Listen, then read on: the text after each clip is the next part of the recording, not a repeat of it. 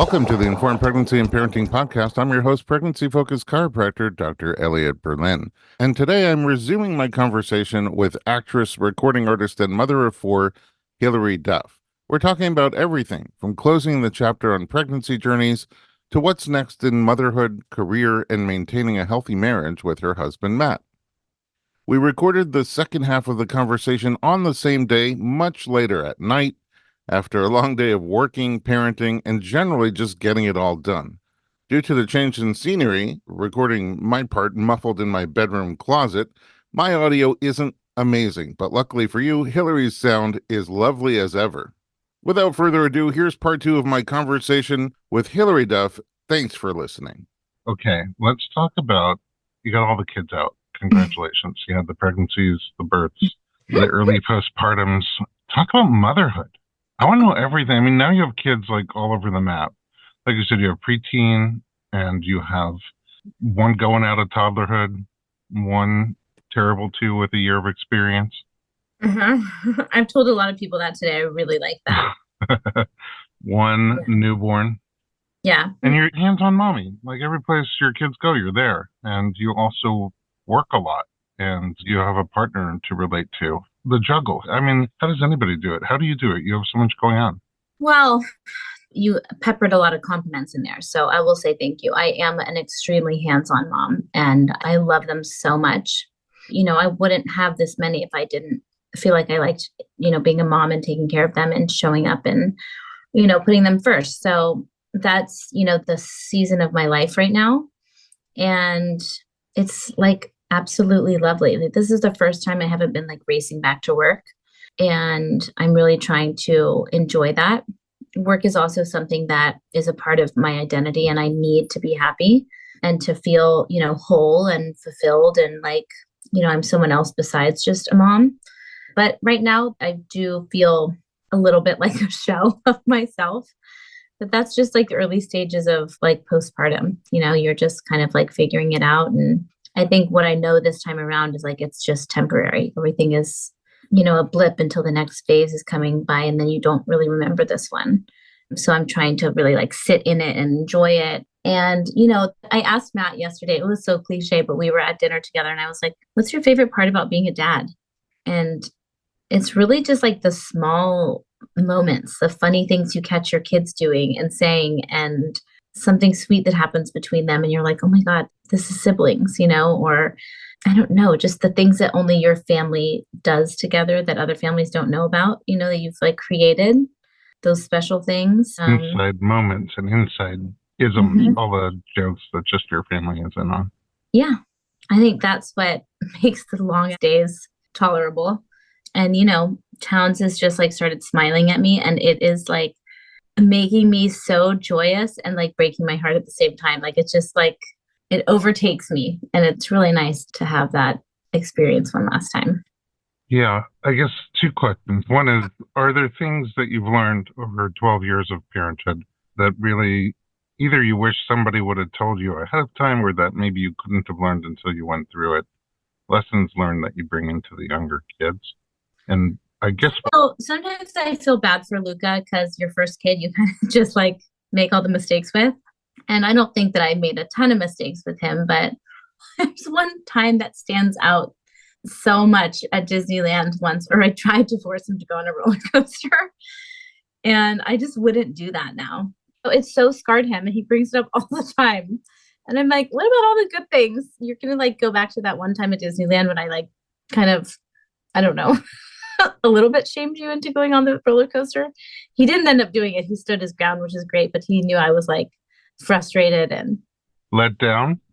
Yeah, a little let down. I was like, come on. It's like, everyone, you got to try it. You got to, and I absolutely would not do that now, So I think there's a lot of things like that, but he's such an incredible kid and we've just like learned together and, you have to learn somehow, right? Totally. I think there's a lesson one of my friends told me that he picked up in classes, but it's so true. Like, the most important thing with all the kids is preserve the friendship, preserve the relationship. Like, no matter what it is you want them to do, even if it's something, bigger than roller coasters, something academic, something spiritual, something that's Yes. meaningful and important, and they're just not wanting it, it's not worth pushing, because ultimately, if you have the Of course. relationship, Like dads that just are desperate for their kids to like be sporty, and you're like, you want that. They don't want that. yeah, thank goodness my dad didn't want that. Neither one of us wanted it. We were so simpatico. Academics is a perfect example. Like, I want obviously all my kids to work hard, but I want them to find a passion more than that. And my husband's like so big on that. He did really well in school, and school was really easy for him, but he's like, I hated every minute of school. And I was like, I made good grades really naturally. He's like, but nothing I learned there really taught me about what I ended up like doing and how I found my passion. So it's like you have to, I don't know, lean into the things that your kids are interested in and help them like flourish there Yeah, instead of like what this grade is and what, totally. And there's a lot of different ways to learn. Not everybody learns the same way. What about sibling relationships? Your the kids as siblings. siblings? Yeah. Yeah, the siblings, it is wild to watch.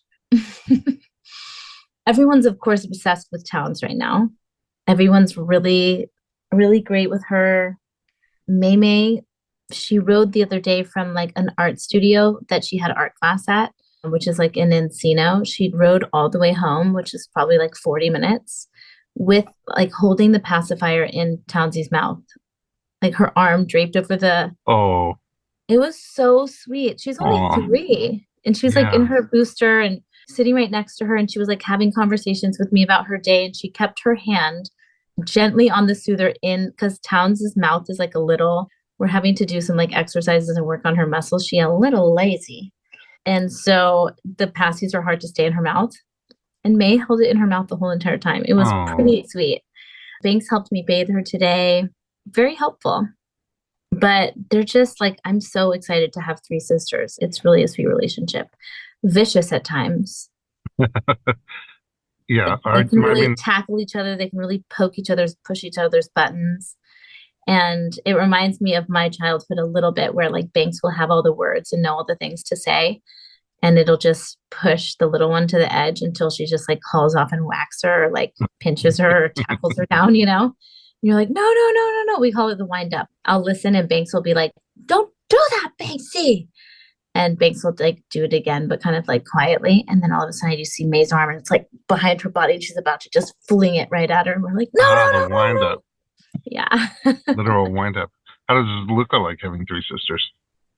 He's just incredible. Like he's great with them. Banks and him wrestle hard, and Banks is really strong. And obviously he doesn't want to hurt her, but he's really patient with them. And I don't think he quite understands that they're going to probably take care of him when he's older.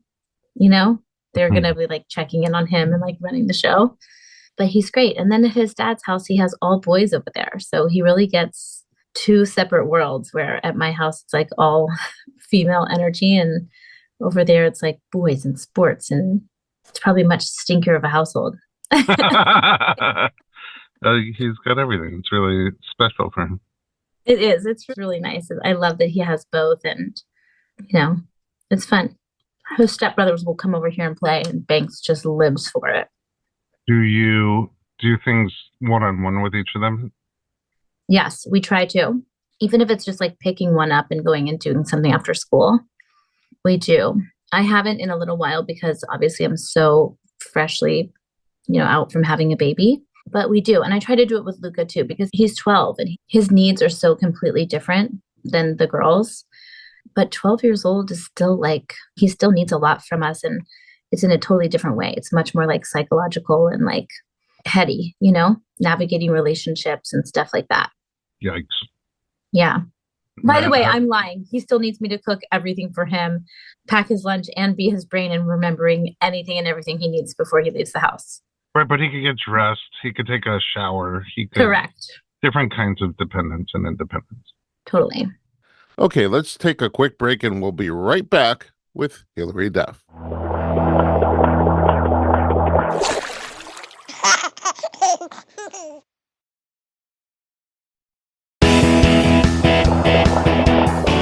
Welcome back to the Informed Pregnancy Podcast and my late night chat with Hilary Duff on motherhood, parenting, and everything in between.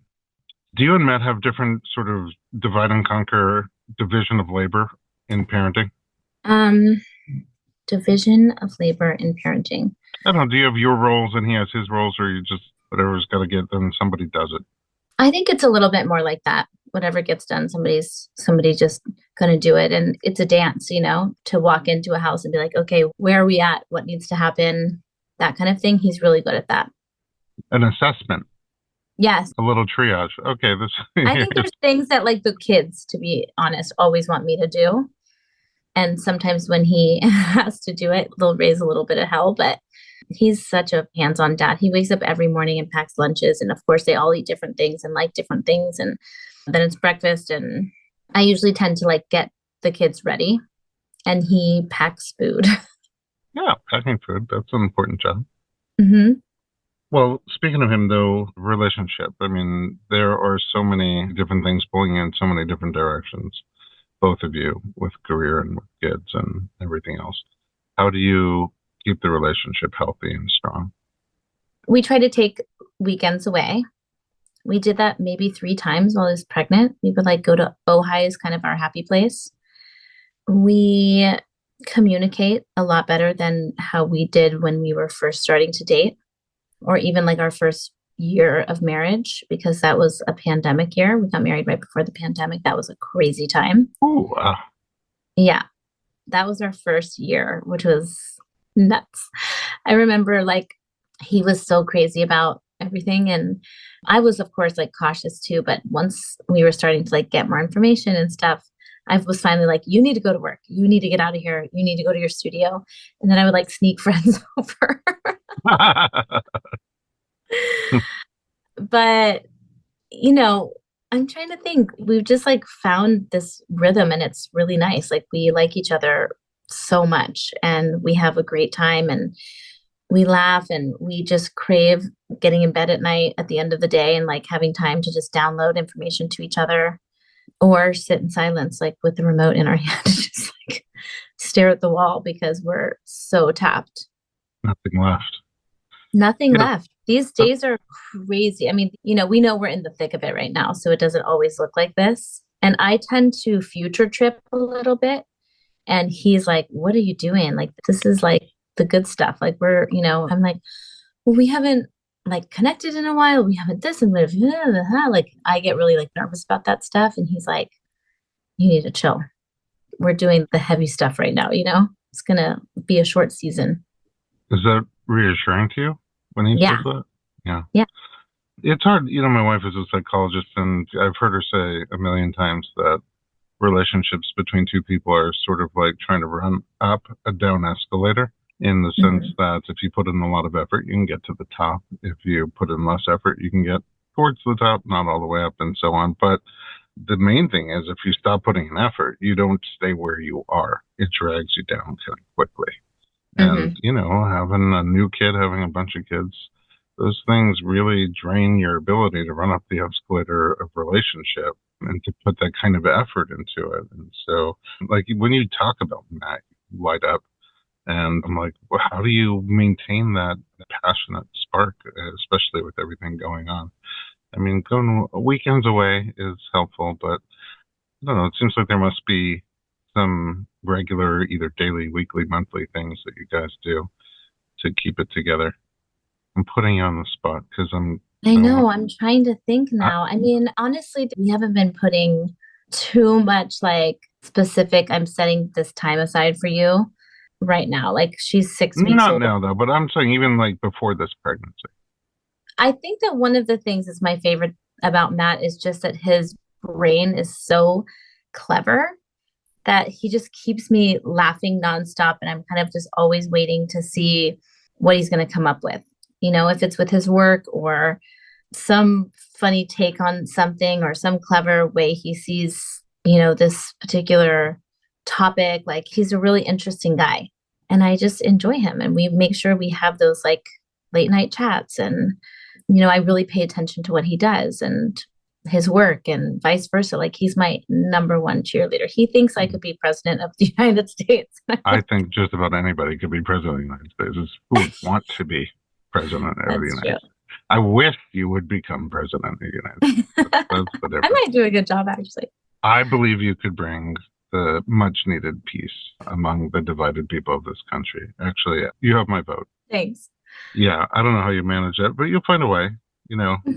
4 kids, a bustling career, and 330 million people to worry about. You could do it. Yeah, so he keeps it fresh with his creativity, and that always keeps it new for you, is what it I would sounds say like. that's a good assessment. Sweet. I have no idea what I bring to the table, but Oh my God. I don't know what you bring to the relationship between the two of you guys, but you have so much great energy, and also you have all that also creativity.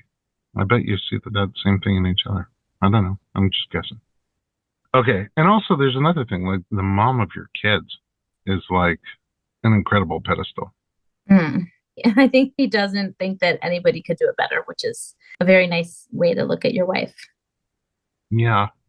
Because we just had Father's Day, and I think the contrast between Mother's Day and Father's Day, all the planning that goes into Mother's Day, like a lot of planning. As a family, we think about Mother's Day and all the things. My wife likes when we make things for her, personal things that we make. She likes time by herself. She likes to do something together. She likes, we have to get creative with the presents. It's a lot of planning, and, it's a huge day. And then sometimes with fathers, they're like, oh my God, is it Father's Day? And it makes sense. Like if you think about all the things that mom does to grow a baby, deliver a baby, feed a baby, nurture a baby into toddlerhood and adulthood, and then you think about the male contribution to making babies, it makes sense. I'm surprised we have a day at all. That's what Matt says. He's always like, when I'm at the end of my pregnancy and I'm just so he's like, blah, oh my God, it just feels so bad. He's like, I did one thing one time. And I'm like, correct. That's right. Correct. You did one thing one time and it got me here. Right. And then you didn't want to do that thing ever again until after the baby was out. That's true. That's true. Only at the end. He wasn't totally tortured. All right. Okay. I want to take a break. One more segment, find out about what's coming from Hilary Duff in the future, now that no more kids are coming. And, how you're going to take care of your mind, body, and spirit in the post-pregnancy and birth phase of your life. We'll be right back.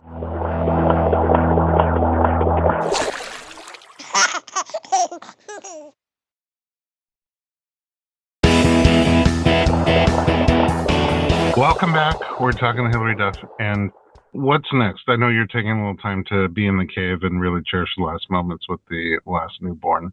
What's on the horizon for you? You know what? I really don't have a plan. And I would love to act like I ever really have a plan, but I don't. And things just, luckily I find ways to work. But I just don't want to worry about it right now. I don't want to think about it. Both my kids are starting new schools in the fall. And then I'm sure after that, once I feel a little bit better and like in my body, I'll start to search. I'm constantly like reading things, whether it be an article or a book. I really want to produce more. And I think that would probably be the best way for me to find whatever like new acting project it is that I want to do, is to like develop it for myself and produce it. Music? Is there going to be more music? Yeah, I think so. I can't talk about this because every time I do, people are like, what? And then, my timeline is there's nothing like in place for when I'm going to be like actually releasing anything. But I think the music is always there, and it's just like a timing thing and what that looks like for my family. I don't want to blame them for not doing it, but I do have kids and they're at this like young, vital stage, and I would never want their life to be like screwed up because that's a tough life. You know what I mean? Touring and, I want their life to be like about them, not about me. I mean, it seems totally fair. Yes, you're not done making music, but you have no immediate plans. Yeah, sure. Are there things on the professional bucket list? You know what? I used to be like, I want to win an award by the time I'm 40. I want to, work with this person. And I've always wanted to like work with a sick director. I don't even know if they're like super famous, just someone that I've like connected with on a level of like the conversation just draws something incredible out, like it's not just me left to my own devices figuring out this character and shooting it weekly or whatever it may be. But I just want to work with people I like. I don't want to work with assholes anymore. I don't want to work with non-team players. I want like, Wait, assholes like who? But isn't that such a like approaching 40 kind of I mentality? also don't want to like ask a man for a job or try to convince a man that like I would be good. You know what I mean? It's like the industry is so weird right now. So I think that it's more about like me finding projects that I really believe in and getting it made. So I get to That's fair. choose who I'm working with and, you know, who I cast and who's producing alongside of me and who's directing and that kind of stuff. Anything on the personal bucket list? More travel. Any place We in haven't gone to particular? travel in a long time. I've never been to Greece. I want to take the kids to Spain. I haven't been to Italy in probably 10 years. Like, I really want to travel overseas. That sentence made me so hungry. That sentence, Greece, Spain, and Italy. Italy, yeah. I might be pregnant. Probably It's not. impossible to get these kids on a plane, though. Matt just did the most incredible thing, and he took the two girls, he took Maymay and Banks to Boston. His brother lives in Boston, took them there for the weekend for his daughter's and son's birthday. And I mean, it was less than a 72-hour trip, 12 hours on a plane, like in one weekend. That's a lot Wow. for Dad. Like he crushed it. I was so proud of him. Maymay, an hour into the flight, woke up and just barfed all over herself. And he was like, Oh, okay. Oh my God. wow. Okay. So then they went to the bathroom and he just took her sweatshirt off and put it in the trash. Yeah, that's what I would have done. I like, what? Yeah. You couldn't like, rinse it and I don't know. Anyway, I wasn't not going to like give him a hard time about that. He just took it off and they did carry on. So she had plenty of clothes, thank God, for her to like Oof. wear. And then he put her on the toilet to go pee and she looked down and the toilet is gray, obviously, like in the lavatories in the bathroom. And she had never seen a gray toilet before. So she flung herself mid pee off the toilet, didn't like it, peed all over herself, peed all over him. And she's like, it's gray. It's gray. And he's like, what? What's gray? What's gray? He's like, honey, it's gray. It's not white. It's gray. Like, oh my God. He's like, never going to believe what's happening to me right now. And then have you seen the craze on TikTok that's like a snackle box? It's a tackle box, but you put snacks in all the individual compartments. No. So I made those for them for the airplane. And he's like 2 hours into the flight, May's snackle box goes flying and just snacks everywhere. Oh, man. Snackle box. That's cute. I'm flying this week. I'm going to ask my wife to make me a snackle box. An adult snackle box. Yeah. A dad snackle box. A dackle box. Okay. The toll. Let's talk about the toll. It's got to be that being pregnant, giving birth, feeding baby, Yeah. rinse and repeat 3 more times Mhm. takes a toll on your body. Yes. What kind of toll has it taken on your body? And do you have a plan for, I don't know, getting Plan back to, a plan to put it all back together. yeah. I mean, Humpty Dumpty, all the king's horses and all the king's men. Maybe Yeah. it's the queen's horses and the queen's women. You know what? I started to work out. I started working out a little bit too early this time, but I was just like needing to go. And it's a slow and steady kind of jam, you know? I'm not the person that like drops weight when I'm nursing, which sucks. Some people just like it falls off of them. And I kind of just make like enough milk to feed my babies. And I don't have freezers filled with milk like some girls do. And I feel like eating is a full-time job to keep up my milk supply right now. It's insane. It's so hard. And I feel like all we do in this house is like pack and cook and make snacks and food and lunches and rinse, repeat over and over again. And then throw in like me trying to do that and be really healthy and strategic about like the foods that I'm putting in my body. It's super hard. Also, I don't like being told what to do. So the second someone's like, oh, don't eat that, I'm like, I'm gonna go eat that. Putting that in my snackle box. Putting it in my snackle box. But it's just what it is. My body's different this time around for sure. I told you I went on a sourdough journey Oh, yeah. during this pregnancy, which was super fun. And I wouldn't trade it for anything because I can like gift amazing loaves of bread to people now. Mm. And it was a very fun like trait to learn and perfect. But yeah, I mean, I have a lot of work to do. And sometimes I just worked out today really hard. And I was like, I feel like I'm really starting at ground zero. and I've got a lot of work to do. It sucks, but you just got to do it. What kind of workouts? High intensity and then like compound movements. So you're doing like two things at once. Weights. I like weights. Obviously cardio, trying to get the weight off, you know? Yeah. You know, after we had our first baby, my wife insisted on getting pregnant again before I lost the weight from the first one. Your wife could tell me a trick or two. I just gave up. She's so tiny. I know. She is super tiny, and she cooks for all of us madly insane amounts of delicious food. And I don't know. I'm the only one who eats it. What is your grocery bill like with all of your kids? It's very high. And then like Shabbat dinners and all of that. Yeah, we have this philosophy about Shabbat that any money that you put into Shabbat will come back to you. To celebrate Shabbat will always come back to you. Got it. So they're pricey dinners. Yeah, we don't skimp on Shabbat. But yeah, I mean, it's even worse now with Instacart because you just like, oh, I need these 3 items. Oh, I need a $35 minimum. And we just always have cars pulling up, dropping off groceries. And it just adds up so quickly you don't even realize it because you're just going in the app. And I don't even want to know what we spend on like Postmates and stuff.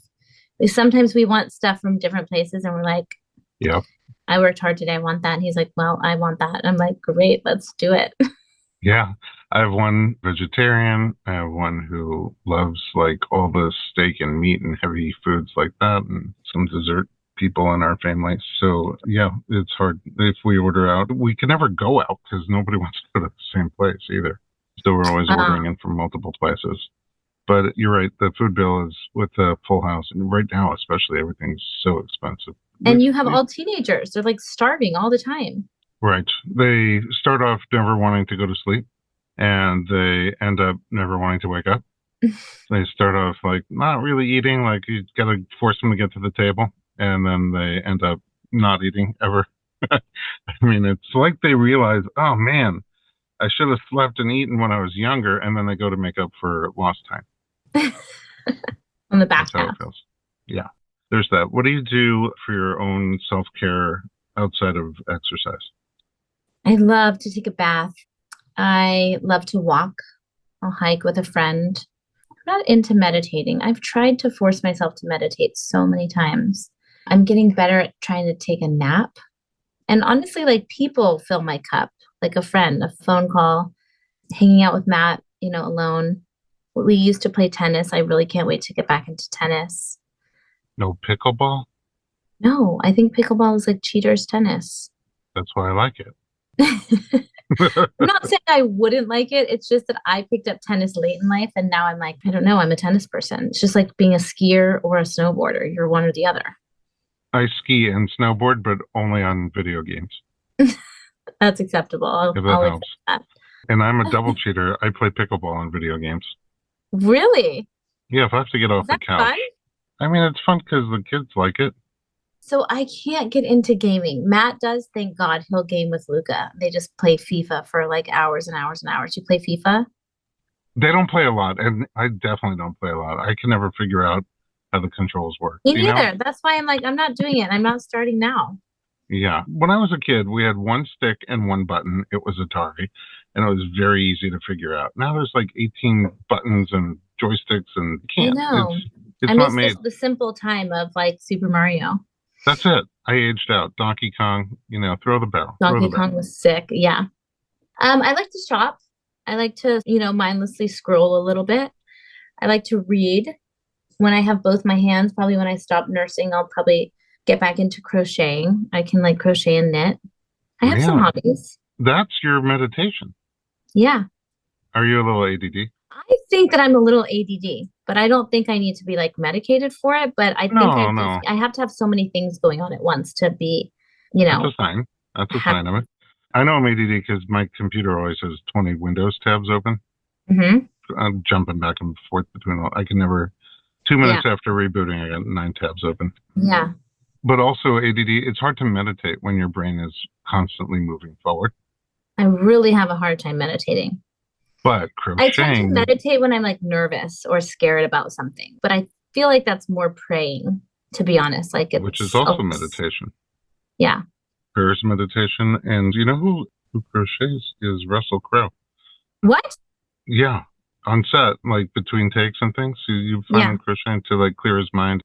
It's the repetitive nature, the counting the stitches, that's your meditation. It's just a different kind of meditation. It's the Hilary Duff pray and crochet method. New business idea. No, in the tub, is it more of listening to music? Is it reading a book? Is it just burning candles?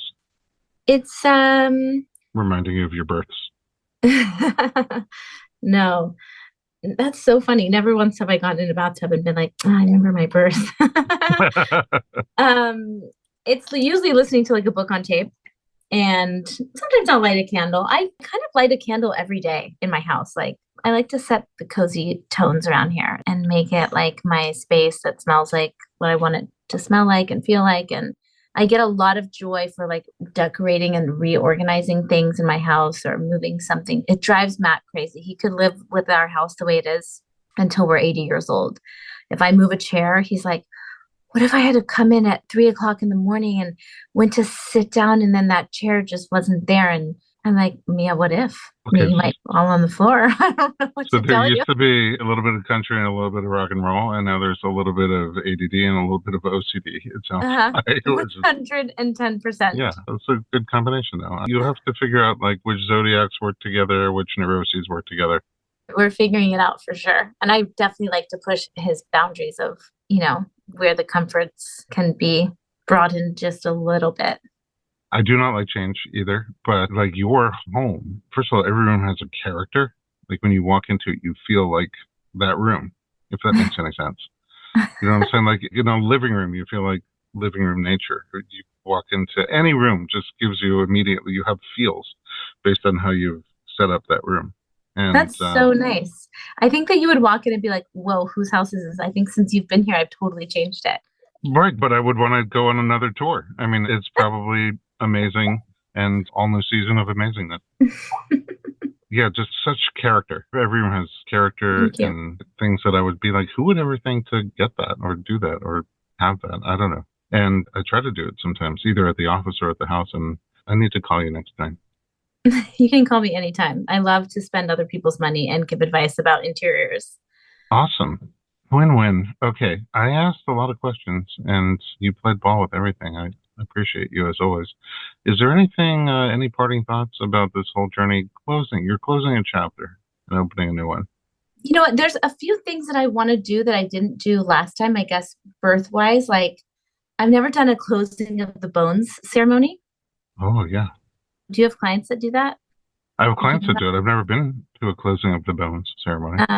So it's just like the thought behind it is like, taking that moment to appreciate, your body expanding for you and like kind of closing that chapter. It's super emotional to think about I'm like thrilled to never be pregnant again. And then there's so many crevices of like corners of my mind and my body and my like just expansion process that like you just can't compare to anything else in life. You can't get that experience anywhere else. So it's very like hard thing to close the door on, and then also you like love your children so much that you're like, okay, it's just over. And of course, like they're enough and this is it. And there's so much as they grow to like keep experiencing and, loving and taking in. But just like, I don't know, it's a crazy thing to like seriously close that chapter.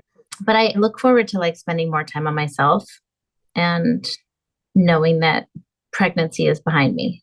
I think that every chapter, because there's so many of them that open a new chapter, and then at the same time, a chapter down the road is closing, a new one will open, one will close. Mm-hmm. I mean, when my first kid moved out of the house, graduated high school and moved out. Gosh, that's so hard to think about. The most intense thing. And I had fear, I had sadness, I had everything. And also a little regret. I think everyone tells you it goes so fast. You already see it's going so fast. Mm-hmm. But at that moment, it's like, wow, it went lightning speed. Like it just went. Like they're out. They're moving out. They're flying on their own. And it went lightning speed. If I had a regret, if I can go back and do things differently, and I'm probably a million people say this, but I just prioritize. In the moment, you feel like I have to take this job, I have to take this thing, I have to whatever. And my kids will be there, my kids will be there, my kids will be there. And then all of a sudden, They're not there anymore. And then you have all the time in the world to do whatever you want to, but you can't be with them as little kids anymore.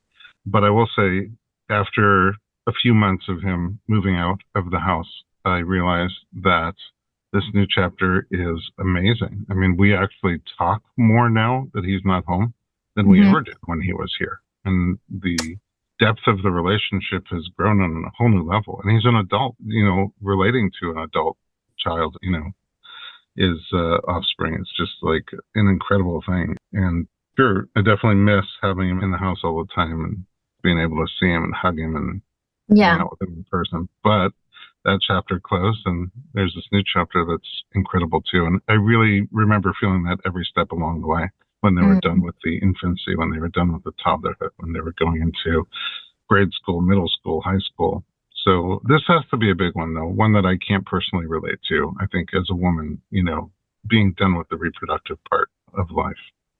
I mean, I totally agree with what you're saying, and I know it not as well as you, but I know it just with Luca, where, the conversations that we have are so impactful. Like, I just want to try to remember them forever. Or, the things that he's teaching me, just the tables start to turn a little bit. And it's so cool. You see the work that you've put in, but you also see what they add, and how their mind sees it, or, whatever. And I'm sure that just continues to like blow your mind as they get older and older and more independent. And then even with Banks, like today she went to a new school and she did like summer camp at that school, and she came and she just downloaded all the information to me. It was so cool to see her excitement and the things that make her tick, and and it's totally different than what it's like with May or with this baby. But yeah, the reproductive part is weird because it's just like in our bodies to do that, so you're just like, okay, well, we're not going to do that anymore. Right, but there's other cool things to do with your body now. Totally. I gotta whip it into shape. All right. Well, as always, I appreciate you coming here and sharing your stories, your journeys, your real life insights. I've said it before, you're just a great storyteller, and I love talking to you, and our audience loves listening to you. So thanks for being here. Well, you know what? I love you. You know how much I care about you. And I love that I have these memories documented like so shortly after birth. I need to go listen to my other birth stories because you truly, truly forget. Yeah. Actually, some people who record right after they have the baby about a birth story will listen to it 3 or 4 months later and not remember 80% of the details that they talk about in there. It's crazy how much you forget from there. I think that's what pregnancy brain might be about, really. It's the design. It is the design. You do it again. Yeah. I mean, one thing that I forgot to mention during this one was like, this was definitely my most painful birth because there was no easing into it, right? Like my contractions came on fast. I was literally in active labor from the get-go. And I just remember thinking like, okay, I just need every single one of my contractions to work for me. I'm just going and I'm trusting the process. Like she's showing up, I'm going, here we go. Like just go. And it was pretty painful. I think maybe my most painful birth.